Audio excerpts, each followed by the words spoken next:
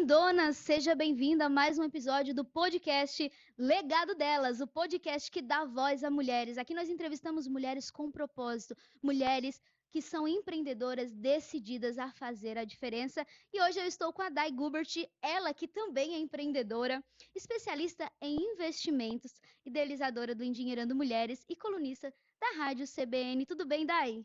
Tudo jóia, Grazi. Obrigada pelo convite. Muito bom estar aqui falando de mulheres para mulheres. Exato, e hoje a gente vai falar de um assunto assim bem top, né? Que as mulheres precisam e muito, todo mundo precisa, na verdade, é saber lidar com dinheiro, saber investir, porque a gente quer crescer, a gente quer evoluir cada dia mais e o dinheiro faz parte disso também. Dai, me conta, se apresenta aí para a mulherada, né? E me conta um pouquinho sobre você. A gente quer te conhecer melhor. Bom, eu tenho 42 anos, tenho 2 filhos e um adotado, emprestado. Sou mãe, sou empreendedora, idealizadora do Endinheirando Mulheres, que é um projeto, é um presente meu para as mulheres. Falar sobre dinheiro de um jeito diferente, carinhoso. Sou empreendedora com a Fidias Investimentos, escritório da XP em Florianópolis. Sou especialista de investimentos há 25 anos e faz bastante tempo que eu falo sobre dinheiro. Muito bom. E como que foi que nasceu Endinheirando Mulheres, um movimento aí que empodera mulheres no mercado financeiro, né? O Endinheirando Mulheres nasceu no meio da pandemia. Quando eu vi, Grazi, as pessoas dentro de casa, as mulheres são a maior contingente de empreendedores no Brasil são mulheres. Esse empreendedorismo que vem muito da dificuldade de realocação de emprego e as mulheres foram empreender. Na sequência, elas encontraram uma pandemia e viram os seus negócios fechados, mas os boletos continuam chegando, né? Então, eu vi mulheres à minha volta com os negócios fechados, com dificuldades financeiras, porque não se prepararam, porque afinal de contas, todo mundo, e a estatística diz que a cada 3 brasileiros, 2 são analfabetos financeiros, e quando o assunto dinheiro e mulher se misturam, a gente fala de muito mais do que matemática, a gente fala de crenças, de cultura, de medos, de sonhos. E aí eu pensei que tem muita gente que fala de finanças aí no mercado, mas de uma forma geral, para todos os gêneros, ou com uma linguagem muito agressiva e técnica, né? A agressiva de cobrar que você faça alguma coisa, e técnica com o economês. E as mulheres, de novo, fora da conversa, fora da mesa, né? E aí eu entendi que eu poderia reunir todo esse conhecimento técnico que eu tenho, mas levar isso de forma feminina, carinhosa, tranquila, porque a gente tem tantos pratinhos no dia a dia e esse é mais um pratinho que a gente tem que lidar. Muito importante. Você falou da questão ali na pandemia, né, que foi um desafio para muitas pessoas. E como que tu viu essa questão da reserva de emergência? Como é que tu vê a importância disso, né? Porque a gente não está preparado para algo que aconteceu, né, como a pandemia ou outra coisa que pode surgir que nos pega de surpresa. Como que tu vê essa questão assim para as mulheres? É importante? O quanto isso é importante? A reserva financeira é importante para qualquer pessoa, porque independente de quanto tem de dinheiro, a gente tem interação com o dinheiro o dia inteiro. As pessoas acham que educação financeira é um assunto de quem tem dinheiro para investir. É muito comum a pessoa receber uma herança ou receber um dinheiro extra da venda de algum bem, ela procura o apoio da educação financeira para ajudar a investir. A educação financeira, Grazi, é para todo mundo, especialmente para quem não tem dinheiro, porque aí tem que saber lidar com o orçamento apertado. Na pandemia, as pessoas, principalmente autônomos, profissionais liberais, empresários, que continuaram tendo que pagar as suas despesas, porque afinal de contas, eu sempre brinco, se tem uma coisa que vence é boleto, né? Esse nasceu Tá, se... vencedor, ele tá sempre sempre vencendo. vence. Então, os boletos continuaram chegando, não teve jeito. E as pessoas dentro de casa, né? Principalmente a área de serviços, tem que estar no local com pessoas prestando serviço para daí ter uma remuneração. E aí sim, eu acho que caiu a ficha, eu acho que esses últimos 3 anos as pessoas estão se reorganizando e principalmente estão buscando informação. E a rede social tem ajudado nesse sentido, né? Tem muita gente boa falando sobre isso. Acho que é importante também entender quem é que a gente está ouvindo. A fonte é um profissional experiente, tem habilidade técnica para isso. Legal, eu vou seguir e vou transformar isso numa rotina quando o assunto é dinheiro. Então, eu acho que a caminhada é longa, afinal de contas, quando a gente começa uma maratona, a gente não começa correndo 10 quilômetros, a gente começa correndo 1,5 km, né? Então, assim, quem já faz a reserva financeira e tem uma aplicação financeira, a gente precisa entender se está ok com o momento de mercado. Quem não faz, a gente vai dar uma mão aí, ajudando, orientando, para que possa encontrar as ferramentas para construir, então, a sua reserva financeira.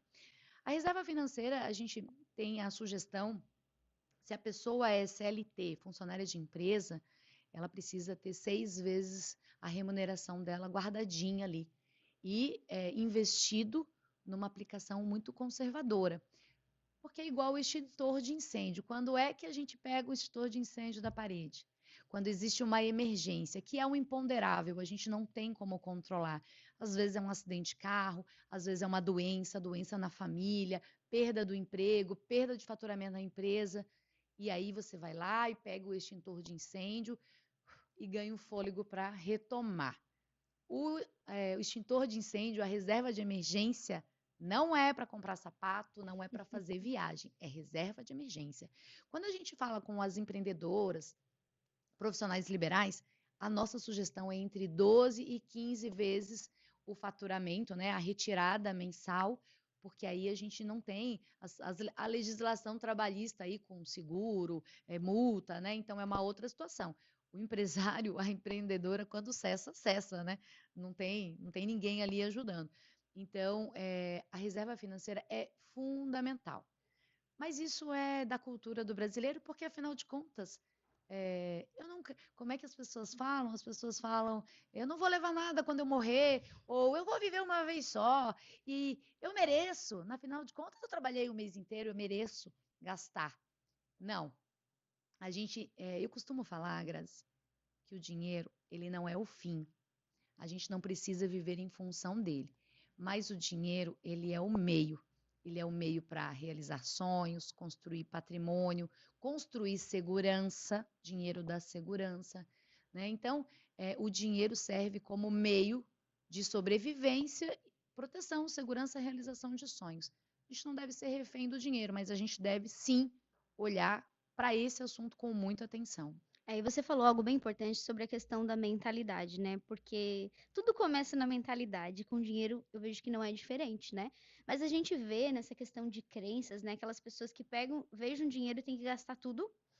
E aqueles que, tipo assim, não gastam nada com medo de perder. Como é que é essa questão da crença em relação ao dinheiro? Tu tem muitas clientes que tu atende, com crenças limitantes em relação a isso? Como tudo na vida, o dinheiro também merece equilíbrio, né? Sim. Não faz sentido você ter uma boa condição financeira e não ter conforto e segurança, né? Da mesma forma que não adianta você ter coisas caras, viver uma realidade que a realidade financeira não está adequada. Então, acho que o equilíbrio nesse processo é fundamental. Quando a gente fala de crenças, a gente tem as crenças aí do ser humano, né? E as mulheres têm um dedinho a mais que a gente dá uma mergulhada, né? Mas algumas crenças que se aplicam muito para os dois gêneros eu nasci numa família pobre, minha família é pobre, é sempre assim, não vai mudar. Eu preciso ser uma especialista, preciso estudar muito para ter dinheiro, ou precisa de muito dinheiro para investir, né? O sempre foi assim, eu brinco que é a síndrome da Gabriela, né? Eu nasci pobre, eu vou ser sempre pobre, então eu nasci assim e eu vou ser sempre assim, né? Ou dinheiro não traz felicidade, e a pobreza traz felicidade? Não, não traz. Ou Traz melhor, né? O que tem a ver o dinheiro com felicidade? então, assim, o dinheiro não traz felicidade, rico não é feliz? Não, gente, peraí só um pouquinho. Existe rico, honesto e desonesto, existe pobre, honesto e desonesto, simples Sim. assim. É claro que tem uma crença, uma fala que o dinheiro corrompe. Eu não acredito nisso. Eu acredito que as pessoas sempre estão ali. O dinheiro revela. Aí é outra coisa. Ele potencializa quem você é, né? Se você tem realmente um coração com desejo de fazer diferença, ele vai potencializar isso, você vai fazer a diferença na vida de ainda mais pessoas, né? E Dai, me conta aí, para quem está começando, né? Você falou, e é algo que eu tenho visto muito mesmo, né? Nesse período de pandemia, esses últimos 3 anos que se passaram, veio muito essa questão do aprendizado, as mulheres buscando mais aprender, evoluir, principalmente em relação a isso. E você, tipo, para quem está em casa, já entendeu que é importante investir, que é importante ter uma reserva de emergência? Qual que é, para quem está iniciando, não entende nada, qual que é o melhor investimento para começar? Primeira coisa é montar a reserva de emergência. Primeira coisa. Dentro da reserva de emergência, é claro que a pessoa não vai conseguir fazer no momento seguinte, ela vai construindo, Construindo. né? E ainda falei hoje de manhã numa palestra, se você pode guardar R$ 500 por mês, guarde R$ 500 por mês. Se você entrar num banco com R$ 500 para investir, Grazi, ninguém vai olhar para você, né? Então, as corretoras, elas acabam democratizando, educando e facilitando esse acesso, né? Então, lembra aquela crença que eu falei? Eu preciso de muito dinheiro para investir. Com R$ 50 você pode investir no Tesouro Direto. Tesouro Direto é a aplicação financeira para a reserva matemática. Com R$ 1.000 você pode acessar um CDB de uma corretora, né? Então, assim, não precisa de muito dinheiro para investir. Um CDB, um Tesouro Direto, uma LCA, uma LCI, a gente já vai falar dessa sopa de letrinha, não precisa de muito dinheiro e não precisa ser uma especialista em mercado financeiro global para fazer essa aplicação. Então, reserva financeira, ela deve ser composta e direcionada para uma aplicação em renda fixa. Tesouro Direto, Grazi, nada mais é que, vamos lá, se você emprestar teu dinheiro para mim, você vai me cobrar uns juros e se eu não pagar, você não recebe. O Tesouro Direto, ao invés de você emprestar para mim, sem nenhuma garantia de juros e sem nenhuma garantia de recebimento, não empresta para mim, empresta para o governo. E aí a gente nasce, então, o Tesouro Direto. Você pode investir, emprestar o teu dinheiro para o governo, porque ele precisa de dinheiro para manter a máquina pública. E aí, esse investimento é chamado de Tesouro Direto. E com R$ 50, você já pode investir. Momento de juros altos, como a gente tem falado agora, e por menos entendimento que você tenha em relação ao investimento, você vê na rede social isso está acontecendo. E se você não vê na rede social, segue o Endinheirando Mulheres, porque a gente fala da taxa de juros lá. Quando a taxa de juros está subindo, a nossa sugestão é sempre fazer produtos que a gente chama de pós-fixado. Então, o Tesouro Direto que acompanha a taxa de juros. Produtos que acompanham a taxa de juros. A taxa de juros sobe, o investimento sobe. Se você quiser, então, investir no banco e fazer um CDB, ao invés de você emprestar para mim ou para o governo, você empresta para o banco. O banco pega esse dinheiro e empresta para os clientes que tomam dinheiro, que é o cliente do cartão de crédito, cheque especial, financiamento de carros. Então, quando você investe numa renda fixa, você está emprestando o teu dinheiro, seja para uma empresa, crédito privado, seja para um banco, ou seja para o governo. Então, iniciar os investimentos primeira parada, reserva financeira. Se você não tem nem noção como começar isso, volta 2 casas do tabuleiro, vai lá no Instagram do Endinheirando Mulheres, baixa a planilha, e a planilha, meninas, é planilha de menina. Tem unha, cabeleireiro, depilação, pet, ele é bem feminina. Tá tudo lá, a gente previu e tá dentro da planilha. Baixou a planilha, tem uma coisa muito interessante, que as pessoas, Grazi, elas têm disciplina para pagar o banco, o aluguel, o condomínio, paga todo mundo, mas não se paga. Aí o que que faz? Recebe, paga, o que sobra, gasta. Ou o que sobra fica parado na conta. Não. Volta 2 casas no tabuleiro. Baixa a planilha e você vai perceber que nessa planilha, Grazi, eu tenho uma conta chamada Eu. E a conta Eu, ela está do lado do banco, do financiamento, da energia, do aluguel. Sim. Porque você tem que fazer hoje alguma coisa para cuidar de você lá na frente, a gente também vai falar disso. Então, assim, volta lá, faz a planilha, abre espaço para guardar 100, 200, 300, 3.000, 4.000, cada um tem o seu bolso. E aí, mensalmente, já está tomando aquele valor, vai direto. Pô, peraí, eu recebi, paguei a mim e aos meus fornecedores, paguei os custos variáveis, sobrou dinheiro, volta para a aplicação. Não sobrou? Volta para o próximo mês, né? Segue para o próximo mês. Então, reserva de emergência, primeiro tem que ter uma planilha ajustada, porque ali você consegue identificar os ralos, as despesas. Sabe aquele pacote de assinatura que você não usa e que está debitando o Sim. cartão de crédito? Ou aquele pacote de dados que você usa na internet, só que você tem uma baita de internet, de uma internet no escritório, você não precisa dessa internet toda. Faz uma faxina. Eu, particularmente, eu faço uma faxina nos meus cartões de crédito todo início de mês. Essa semana eu cancelei duas assinaturas de streaming, porque eu não estou usando.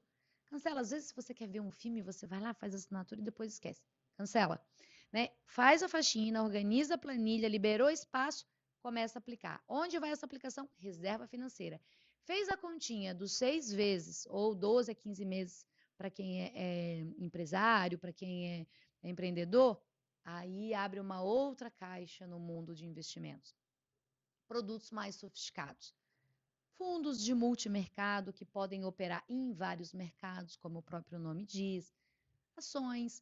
O mercado de ações ele é muito temido, porque oscila. Sim, você está comprando o case de uma empresa que já deu certo e essa empresa ela está inserida no mercado. Se você tem uma Petrobras nos teus investimentos e a gente tem uma notícia ruim para esse mercado, essa ação vai oscilar.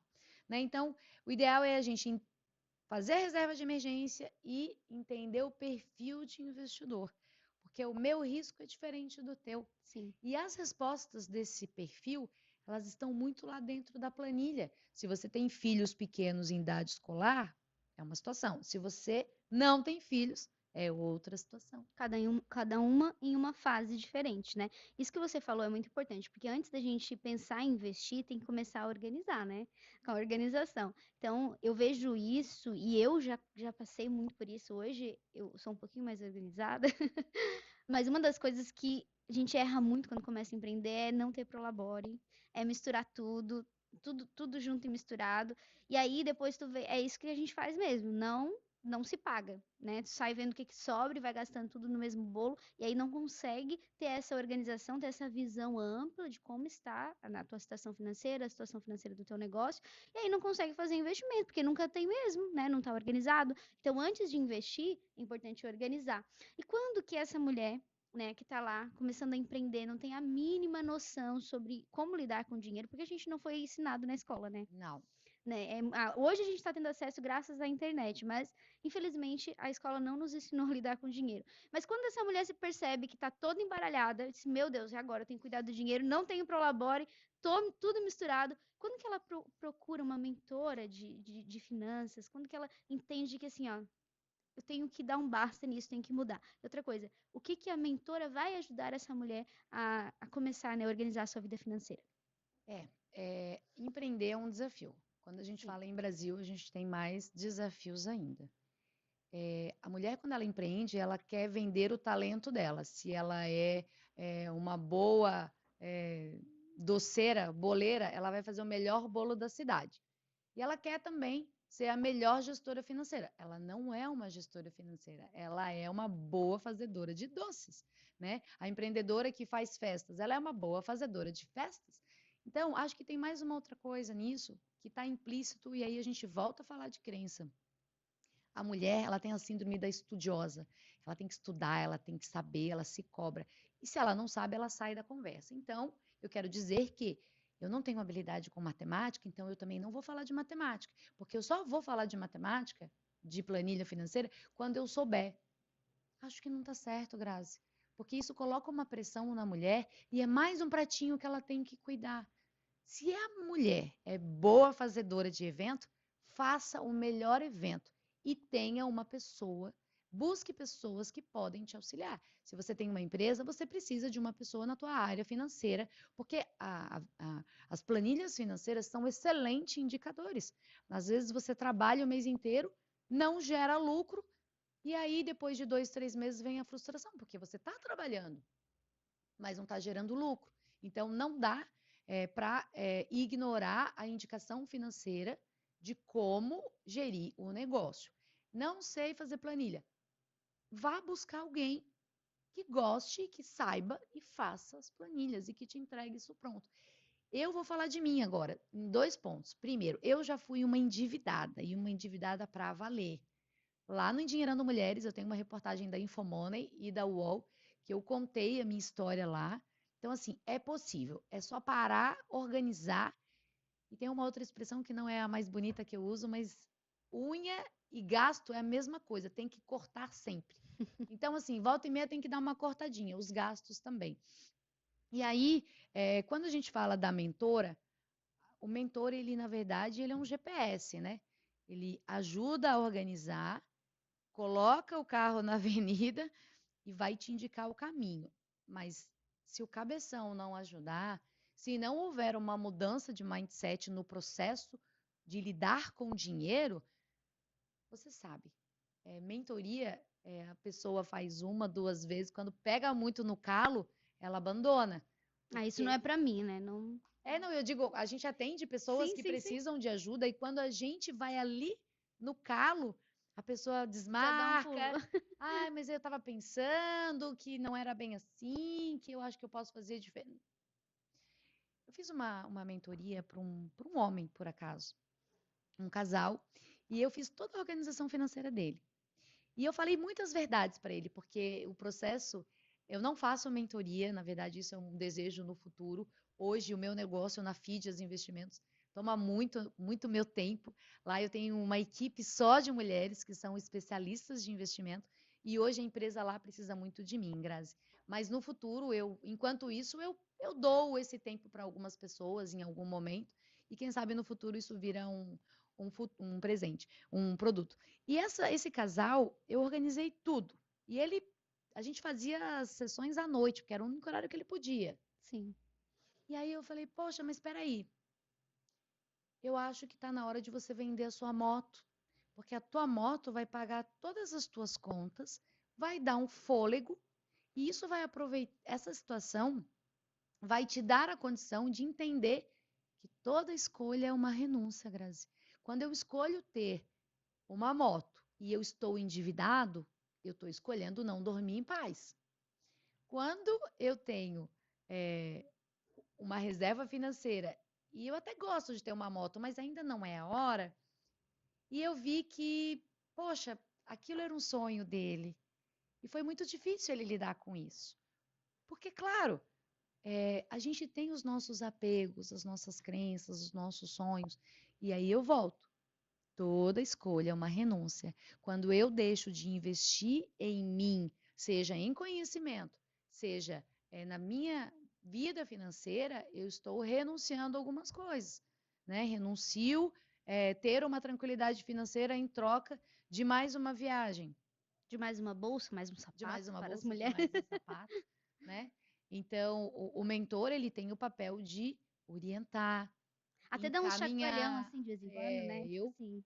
as poucas sessões que eu faço, eu acho que eu deixo a pessoa bem desconfortável mesmo. Mas é por isso que é aqui, ó. Eu costumo falar, Grazi, que dinheiro não é matemática, é parte, mas não é tudo. Dinheiro é emoção. Quantas pessoas à nossa volta ganham super bem e são endividadas? Quantas pessoas ganham super pouco e têm a sua poupança do jeito que deu? Tem um troquinho separado. Quem conhece mais? Um alto executivo, um alto funcionário público, um alto empresário e a moça que faz a limpeza ou qualquer outro, né, outro cargo que ganhe um salário menor. Quem tem mais acesso à informação? Mas se esse cara está mais endividado, me desculpa, não é conhecimento e matemática que está resolvendo, é um hábito. Então, é emoção, é o consumismo, é a vontade de realizar hoje um desejo prático em troca de uma tranquilidade futura. E tem um detalhe: a qualidade, a expectativa de vida da mulher é de 79 anos. Em Santa Catarina é de 82 anos. A gente vive mais, as mulheres vivem mais. E vamos viver como? Vamos viver com qualidade. Ninguém quer viver Sim. refém É uma tristeza ver assim, mulheres já com uma certa idade, sem, né, uma reserva, sem, às vezes com um aposento muito pequeno, ou às vezes nem aposentada, né, esperando. É muito triste, sabe, ver isso. Mas que bom, Dai, a gente vê hoje as mulheres estão despertando muito Estão. em todas as áreas, né? Questão de saúde, de lidar com a vida financeira, esse equilíbrio, né, na vida financeira, de empreender, de fazer acontecer. E é para isso que a gente nasceu, para viver uma vida abundante, não é para viver uma vida mediana, uma vida medíocre, né? Porque medíocre tem gente que fica assustado quando a gente fala, mas é mediana, tá na média, né? E a gente aprendeu assim, tira 7 já tá bom, não precisa tirar 9, tirar 10, não precisa fazer, não, só pega teu diploma lá na faculdade que tá ótimo. Né? Então, tá na hora da gente se despertar mesmo para viver uma vida com mais saúde, para ter um relacionamento mais saudável, para se relacionar bem com o dinheiro, para fazer um negócio crescer. Tá na hora da gente dar esse chacoalhão. E aí, tu contou um pouquinho que eu fiquei curiosa. Tu falou que você estava endividada, né? E hoje tem uma empresa de investimento. Então, eu queria entender, claro que não vai dar tempo de tu contar toda a tua história. Quem quer conhecer mais da história da Dai, vai lá no Instagram dela. Mas eu queria entender quando foi que tu despertou, que tu disse assim, não, chega, eu não quero mais viver isso e começou a buscar o conhecimento e aplicar para hoje estar onde você está. Eu sempre trabalhei no mercado financeiro, eu sempre trabalhei em grandes bancos. Os bancos, como você é funcionário, ele te dá cheque especial, cartão de crédito, crédito consignado, você pode financiar o teu carro. Quando você trabalha num banco, você fala que trabalha no banco, todo mundo quer emprestar dinheiro e você pode pagar depois que ninguém se incomoda, porque afinal de contas você trabalha no banco, né? E eu tive a minha filha aos 17 anos. Eu comecei a minha vida atrapalhada. Eu fui para São Paulo. O custo de vida em São Paulo era alto. E eu fui me encalacrando, né? A palavra é essa mesmo. Eu sempre falo em palestra que quando o meu salário chegava, eu brincava que era salário cebola, porque eu abria, eu chorava. Porque eu olhava assim, meu Deus, o que é que eu vou fazer? Eu estou em São Paulo com 2 crianças. E aí, São Paulo demanda um negócio que assim, você não pode ficar sem carro em São Paulo, porque eles roubam o carro durante o dia. Não posso ficar sem seguro do carro. Você não pode andar de ônibus à noite, fazer visita de ônibus. Você vai ter que ter um carro. Então, tem que ter um carro, tem que ter um financiamento, tem que ter o seguro. Você não pode morar no extremo da cidade, você tem que morar numa região. Aí, custo. Escola, não pode ser em colégio público, tem que ser em colégio particular. E aí, você não consegue almoçar em qualquer lugar, porque afinal de contas você trabalha no bancão. E aí você vai tomando, vai tomando. Então, assim, vai tomando crédito, né? Então, eu vou te dizer que eu passei muitos anos e o que eu tive muito claro na minha vida? A minha espinha dorsal era trabalho.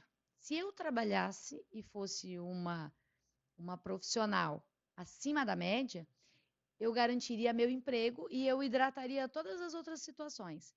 Eu tive 2 filhos, a Larissa, minha filha, tem 23 anos, mas ela nasceu com uma dificuldade de saúde, então tudo era diferente na situação da Larissa.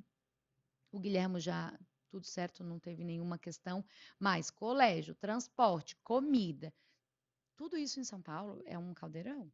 Sim. E a mulher ali com os pratinhos, né? E você tem que estudar, tem que fazer faculdade, porque o banco cobra. Eu vou te dizer que eu fui entrando na corrida dos ratos. A corrida dos ratos é você trabalha, você compra, gasta, paga, e compra e gasta, paga e trabalha, e você fica naquilo ali, você não percebe. E aí eu falei isso numa palestra, quando eu falei, todo mundo caiu para trás, assim. O dia que o meu nome foi negativado, eu queria morrer. Mas foi a melhor coisa que me aconteceu. Porque eu cheguei no fundo do poço. Eu não tinha mais o que fazer. Eu era obrigada a resolver. E aí eu comecei a resolver. E claro que, como você falou, eu não vou conseguir contar toda a minha história, mas tem uma trajetória que envolve separação, né? Envolve trabalho, envolve saúde. E aí chegou um ponto, e eu adorava morar em São Paulo, porque profissionalmente, eu estava super bem. E aí o meu irmão, que hoje é meu sócio, virou para mim e falou, ele morava em São Paulo também, ele virou para mim e falou assim, está na hora de você ir embora para Florianópolis morar com a sua mãe. Aí veio o segundo tiro, né? E aí sim, eu voltei a morar com os meus pais e 2 filhos. Eu dividi as despesas com a minha mãe. Minha mãe e meu pai me ajudaram. Eu levei um tempo para me restabelecer. E todo mês eu escolhia uma dívida para pagar. Ah, eu estou devendo isso aqui. Então, esse mês eu não vou pagar nada, eu só vou pagar isso aqui. eu já estava negativada, o que que me adiantar? O que acontece? A pessoa fica negativada lá no Serasa, ela quer limpar logo. Aí o que que ela limpa? Ela volta a tomar crédito. E ela fica. Não, quando você está com o nome sujo no SPC, você não consegue fazer nada. E aí que bom, porque aquilo foi uma alavanca para mim, porque chegou um ponto que eu não ia conseguir tomar crédito. Então, alguém disse, agora você vai ter que resolver. E aí, todos os meses, eu escolhia um para pagar, escolhia outro, escolhia mais um. E aí, aos poucos, eu fui liquidando.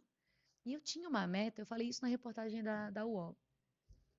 Eu até hoje tenho o meu aplicativo do Serasa, porque se você tem o nome clonado, você sabia disso? Você tem nome clonado, o aplicativo avisa, né? E volta e meia você tem o nome clonado. E como empresa, eu preciso ter essa tranquilidade que se acontecer alguma coisa com o meu nome de clonagem, eu vou atuar. E aí, eu baixei o aplicativo e eu acompanhava. E o score, quem está endividada, entra no aplicativo lá, porque eles fazem várias ofertas de liquidação de dívida. Mas lá você também consegue ver o semáforo, o reloginho. Se você é um bom pagador, você está no verde. Se você é médio, você está no amarelo. Se você está no vermelho, você é péssimo. E a minha meta era virar verde. Eu levei, Grazi, acho que uns 4 anos, porque o score é um tempo, não é assim. Você Sim. pagou, amanhã está verde. E eu posso te dizer com orgulho que o meu score é verde e o meu score foi conquistado por uma mudança de comportamento. Que veio pela mentalidade. Veio pela pancada, né? Às vezes. Forte impacto emocional, né? Só que tem isso, né? Você não quer voltar a viver aquilo, você traumatizou com aquilo, você não quer voltar. E a gente, às vezes, se culpa pelos erros, se culpa pelas dificuldades, mas a gente tem que entender que a gente tem que lidar com o que tem. E faz Mas parte, né? e se o meu pai não tivesse conhecido a minha mãe, eu não estava aqui hoje. Então não tem se. O que é que tem? Tem a situação como ela é. A partir daqui que a gente tem que resolver. Então, se eu tenho esse limão, eu vou fazer uma limonada. Isso vai me permitir crescer. E nem imaginava, depois de Larissa, o Guilhermo tem 17, sei lá, depois de 10 anos, estou eu aqui ajudando outras mulheres e tocando lá, né, na feridinha da mulher, dizendo assim, ó, é possível, né? Ela também conseguiu. E eu trabalhava uma dicotomia absurda, né? Porque eu tinha dificuldade financeira e eu atendia os clientes mais endinheirados da agência, dos bancos que eu trabalhei. Então, assim, sabe? Era uma coisa perto de mim.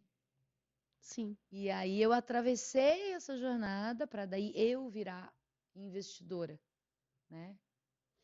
Dai, o que eu acho muito, muito lindo, assim, na tua história, na história de muitas mulheres, é isso, né? Além de fazer do limão uma limonada, é mostrar que, poxa, eu passei por aqui, foi um desafio, eu enfrentei. E como eu enfrentei, eu quero te ajudar a enfrentar isso também. E sim, eu sou muito fã de mulheres que fazem isso, porque eu também tive uma trajetória, assim, bem desafiadora, e hoje eu faço isso, eu ajudo outras mulheres.